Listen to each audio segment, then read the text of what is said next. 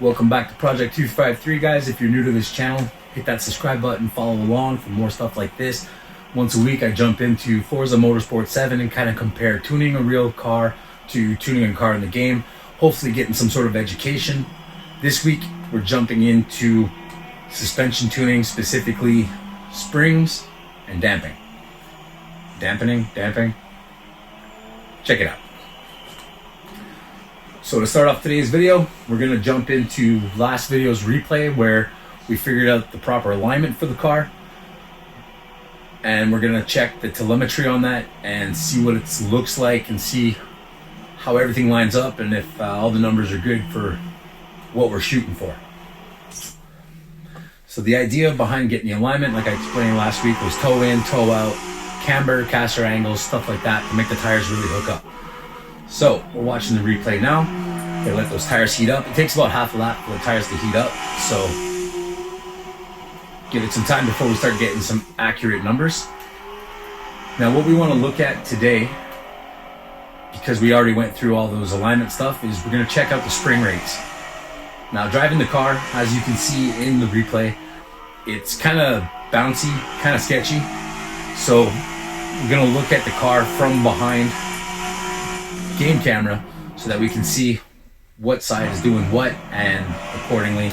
So top corners, top left is your front right left tire, top right is your front right tire, bottom left, rear, bottom right, rear. So the idea with the spring rates here is you want to use as much of your shock as possible, as much travel as possible to ensure that you're keeping your tires on the ground and the weight where your traction is, and make the car move and flow softly, go like a butterfly, sting like a bee kind of thing. So here we can see on the telemetry that the springs are not being used to their full potential. The shocks are not traveling all the way. And you can see from the way the car's handling, it's a very springy kind of ride, so it kicks back and forth when the weight transfers. It does that a little quick for this style of corner, this style of track. All the corners here on pretty smooth and sweeping. There's no snapping back and forth, no crazy chicanes. So I think what's going on here is the spring rate is definitely too high for the car. Going through the rest of the corners here, yeah.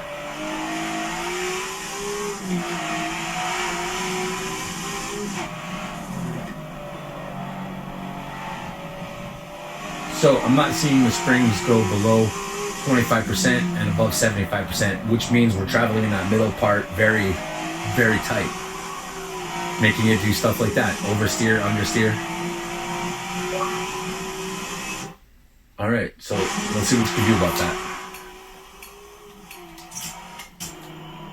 All right, so we go to our tuning screen. We're gonna go over to springs because we've done tires, we haven't done gearing, we've done alignment, we haven't done anti-roll bars. We'll do that next. Right now we're going into springs. Now when you modify your car and you put a set of custom coilovers on it, chances are you're going to have height adjustability, and also you're going to have rebound stiffness and bump stiffness and adjustability. That's usually your basic kind of thing. Cheap ones are probably none of that except for height, but we're going to get right into it and see what we can do with your basic run-of-the-mill suspension setup. So with coilovers installed, the stock spring rate, we're looking at 571.6 pounds in the front and 533.3 in the rear. So I'm going to want to soften that up a little bit. Let's try bringing it down to 530 something in the front, 535. Whoop, 5. You don't want to make too much of a big change, but enough to make it matter. 540, 530, let's go 537.6. That sounds all right. In the rear, we're going to bring it down more than that, even more so because most of the weight is on the front of this car, so you don't need as much spring rate in the front. The idea is to balance it to make it neutral handling. So let's go with 439, something like that. 439.3. Sounds all right. Okay, ride height, right now it's set at like in the middle. I'm going to bring it down a little bit. I'm going to drop it from 5.6 in the front to 5. Let's do the same in the rear. Move over to damping. Now damping is going to control the speed of the suspension. Now with the spring rate and stuff, you control the travel. And with the damping, the rebound, the stiffness, the bump stiffness, you can control the speed. So when you set your stiffness higher, it makes it stiffer to move, which makes it slower. When you put it to soft, it's easy to push in, moves a lot quicker.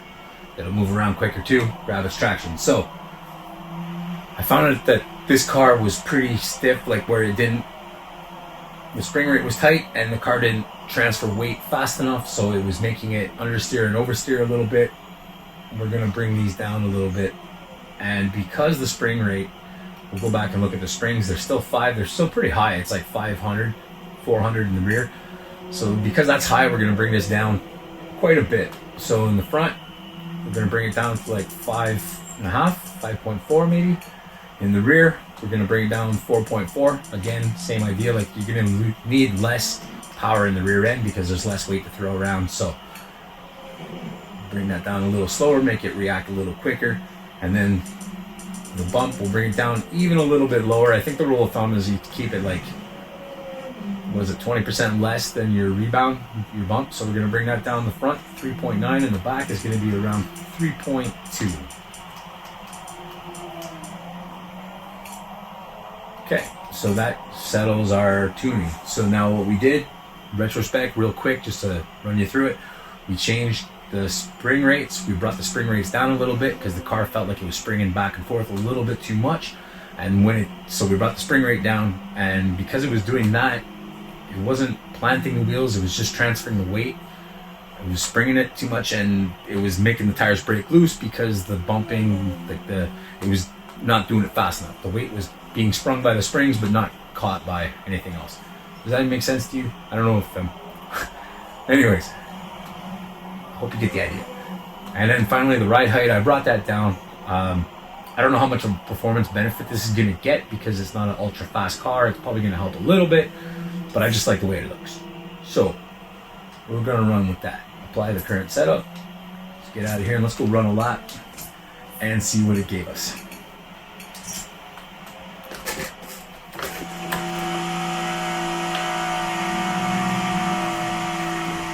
Again, rolling start, starting in second gear.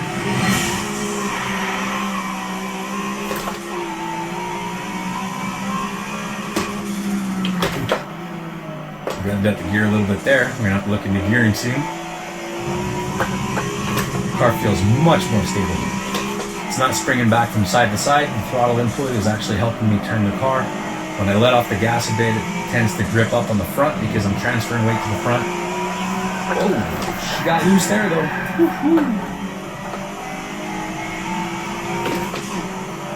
Not sure what kind of time I ran there, but definitely it's going to be not a good time. So with everything softened up a little bit, it seems like my tires are getting down on the ground more.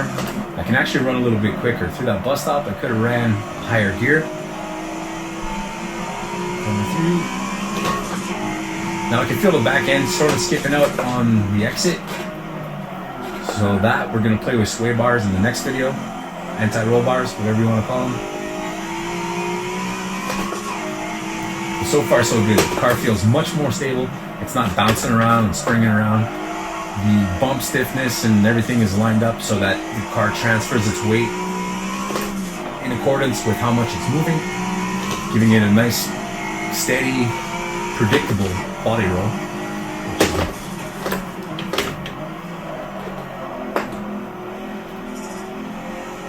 So this, I don't know if we'll count this time on there, but we'll see. I might do another run after just to show like a different, try to do a really clean lap so you guys can see if it actually helped make it run faster. Like I said, last time we ran a 2:06, so this time we'll see what the time is, even though we bounced it off the wall. I bounced it off the wall, sorry, it's not your fault. I always say we because most of this Project G53 video thing is like a team effort, and a lot of guys that work with me help me out, so, you know. Anyway, I did a lot. 209. It wasn't that great, but like I said, we tapped the wall, so next video, we're going to get into sway bar tuning, and that's hopefully going to solve a lot of problems that you just saw here.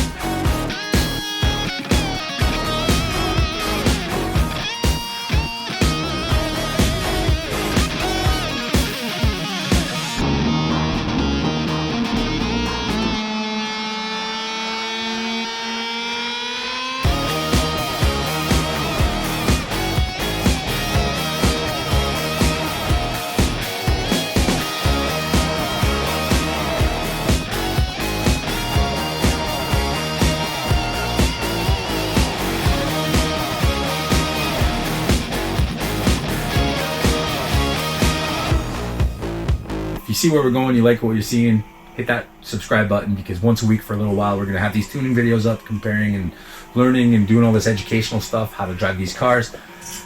And hopefully it transfers over to real life education so we can learn how to do this stuff for real and it'll apply to real life. Again, this is Forza Motorsport 7. It's just a game, so who knows? But it's fun, it's educational, it's entertaining. I'm digging it. So if you want to see more, hit that subscribe button, hit the bell button, be notified. Keep watching, and we'll see you in the next video where we get more in depth with the tuning of the car. Now, so far so good. We're shaving seconds off the lap time. If you remember, our first video started at like 2:13 or something, and now we're down to like 2:06, which is pretty good on a sprint lap, which is a rolling start but only one lap, so it's no time really to heat up the tires and set things up. We'll get into that in probably the next video. We might do a couple hot laps just to see what kind of time we can pull off, and then start going through some more tuning and getting more precise and more picky about things. But that's it for now, guys. Thanks so much for watching. If you want to see more replays and stuff, don't forget to check the link for the Group D channel, which is the guys from work that I drive with. We've got a little group of guys. We do like a little league thing online. We play almost every night, or have been during the process of the winter. It's pretty cool. There's about 5-6 of us. Check that out. Watch the replays. Subscribe to that channel too. See what you like and check it out. So till next time, peace out.